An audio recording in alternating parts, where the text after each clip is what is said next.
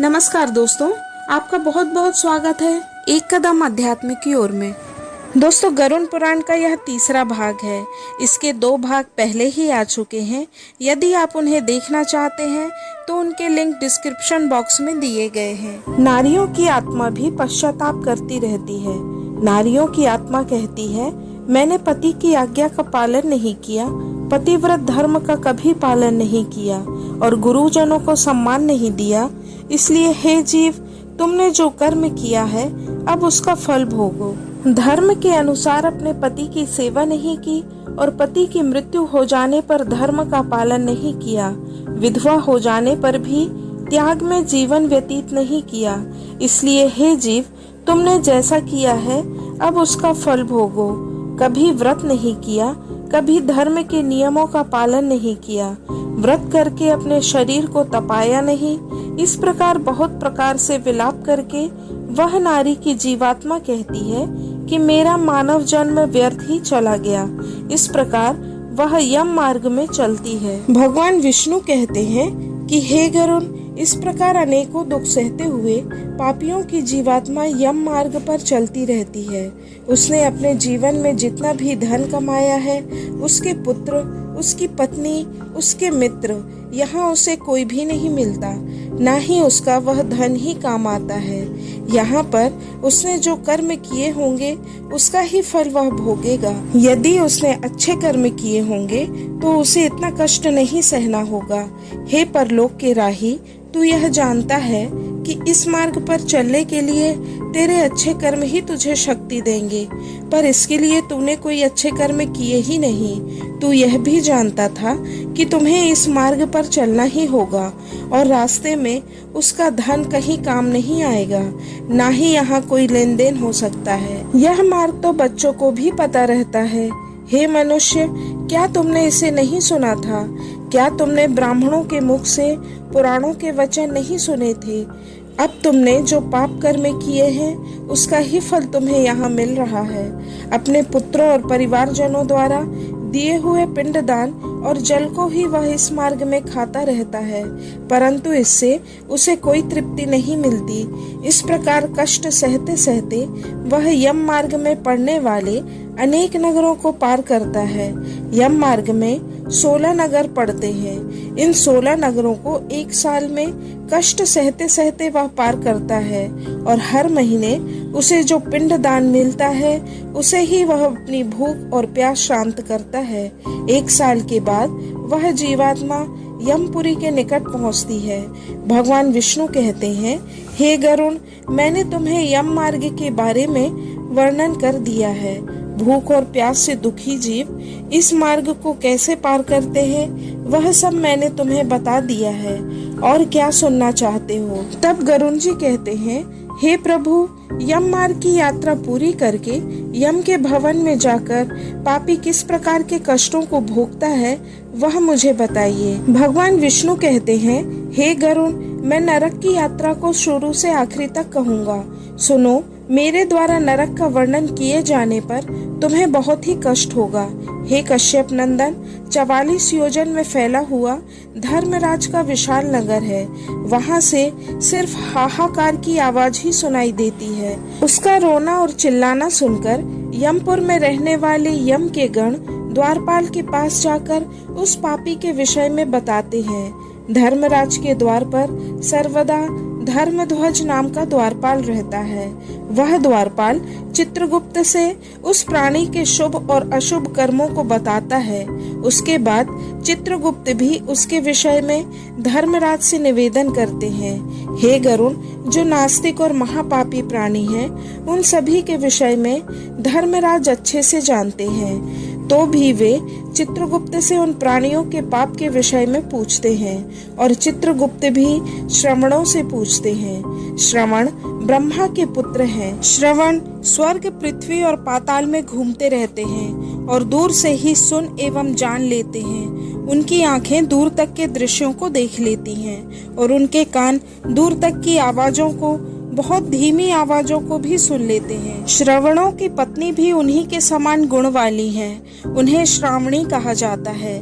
वे स्त्रियों की सभी प्रकार की आवाजों को और कर्मों को जानती हैं। मनुष्य छिपकर या सामने से जो कुछ भी करता है और कहता है, वे सब श्रवण एवं श्रवणियां सुनते रहते हैं और उन्हें चित्रगुप्त से बताते हैं। बस श्रवण और श्रवणियां धर्मराज की गुप्तचर हैं। ये मनुष्य के सभी शुभ और अशुभ कर्मों को अच्छे से जानते हैं। ये सत्यवादी हैं। इनके पास ऐसी शक्ति है जिसके बल पर वे मनुष्य के कर्मों को बताते हैं। व्रत, दान और सत्य वचन से जो मनुष्य उन्हें प्रसन्न करता है, उसके प्रति वे सौम्य और स्वर्ग और मोक्ष प्रदान करने वाले हो जाते हैं। ये सत्यवादी श्रवण पापियों के पाप कर्मों को जानकर धर्मराज के सामने ज्यों का त्यों कह देते हैं, जो कि पापियों के लिए दुखदाई होता है।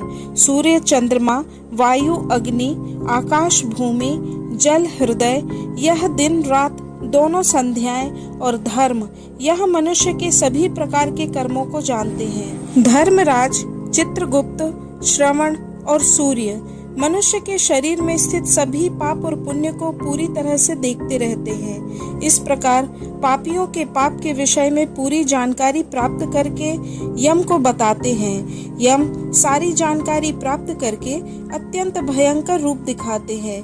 वे पापी ऐसे भयंकर रूप को देखते हैं जो हाथ में दंड लिए हुए हैं, बहुत बड़ी काया वाले हैं, भैंसे के ऊपर बैठे हुए हैं, बादलों की गर्जना के समान उनकी आवाज है, काजल के पर्वत के समान उनका विशाल शरीर है, उनकी 32 भुजाएं हैं और बड़ी बड़ी लाल लाल आंखें हैं, लंबी नाक है। चित्रगुप्त का स्वरूप भी बहुत ही भयानक है।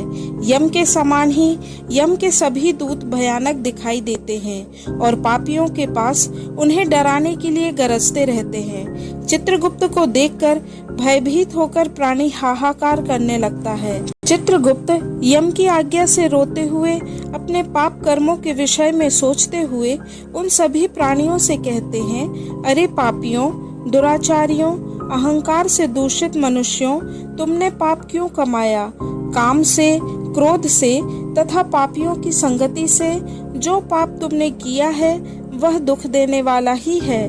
मूर्ख जनों, तुमने वह क्यों किया? पूर्व जन्म में तुम लोगों ने जिस प्रकार बड़े खुश होकर पाप कर्मों को किया है, उसी प्रकार की यातना भी भोगनी चाहिए। इस यातना भोगने से क्यों डर रहे हो? तुम लोगों ने जो पाप किए हैं वह पाप ही तुम्हारे दुख के कारण है। मूर्ख हो या पंडित, दरिद्र हो या धनवान, सबल हो या निर्बल, यमराज सभी के साथ समान व्यवहार करते हैं। चित्रगुप्त के इस प्रकार के वचनों को सुनकर वह पापी अपने कर्मों के विषय में सोचते हुए चुपचाप बैठ जाते हैं।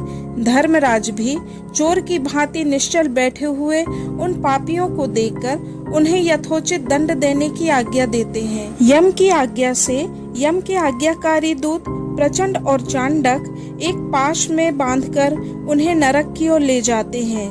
वहां जलती हुई अग्नि के समान एक बहुत बड़ा वृक्ष है जो 5 योजन में फैला हुआ है और 1 योजन ऊंचा है।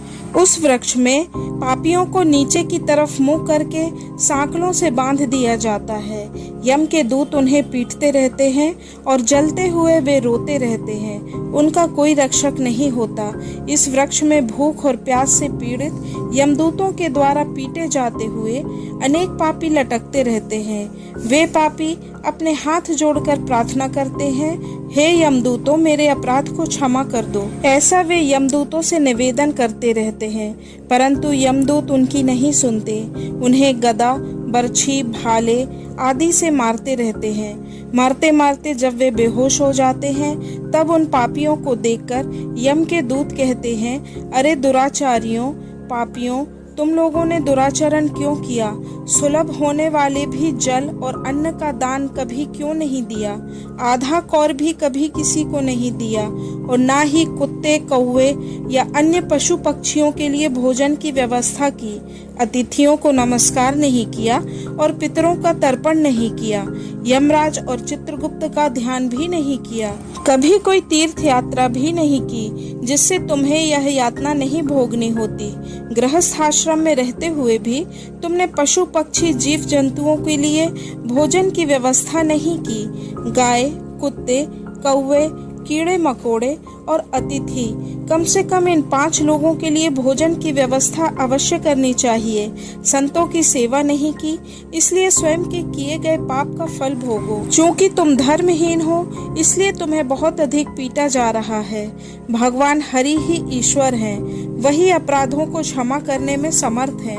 हम तो उन्हीं की आज्ञा से अपराधियों को दंड देते हैं। ऐसा कहकर वे दूत निर्दयता पूर्वक उन्हें पीटते हैं और उनसे पीटे जाने के कारण वह जलते हुए अंगार के समान नीचे गिर जाते हैं।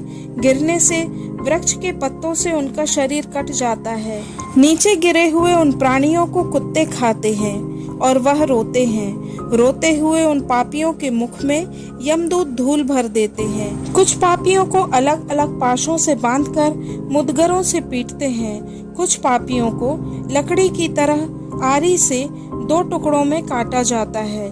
कुछ लोगों को कुल्हाड़ी से टुकड़े टुकड़े कर दिए जाते हैं। कुछ लोगों को जलते हुए अंगारों में फेंक दिया जाता है और कुछ लोगों को बड़ी बड़ी कढ़ाई में खौलते हुए घी और तेल में डाल दिया जाता है। कुछ को बड़े बड़े हाथियों के सामने फेंक दिया जाता है। किसी को हाथ और पैर बांधकर उल्टा लटकाया जाता है। किसी को कुएं में फेंका जाता है। किसी को पर्वतों से गिराया जाता है। कुछ पापियों को बड़े बड़े गिद्ध और कौवे के सामने डाल दिया जाता है, जिन्हें पक्षी अपने लोहे के समान चोंच से नोचते रहते हैं। उस वृक्ष के पास ही बहुत से दुख देने वाले नरक हैं, जिनमें मिलने वाले महान दुखों का वर्णन शब्दों में नहीं किया जा सकता। भगवान कहते हैं, हे गरुण, नरकों की संख्या 84 लाख है। उनमें से सबसे भयंकर नरकों की संख्या 21 है। गरुण पुराण का अगला भाग जल्द ही आएगा। तब तक थोड़ी प्रतीक्षा करें और देखते रहें एक कदम आध्यात्म की ओर। धन्यवाद। जय श्री हरि विष्णु।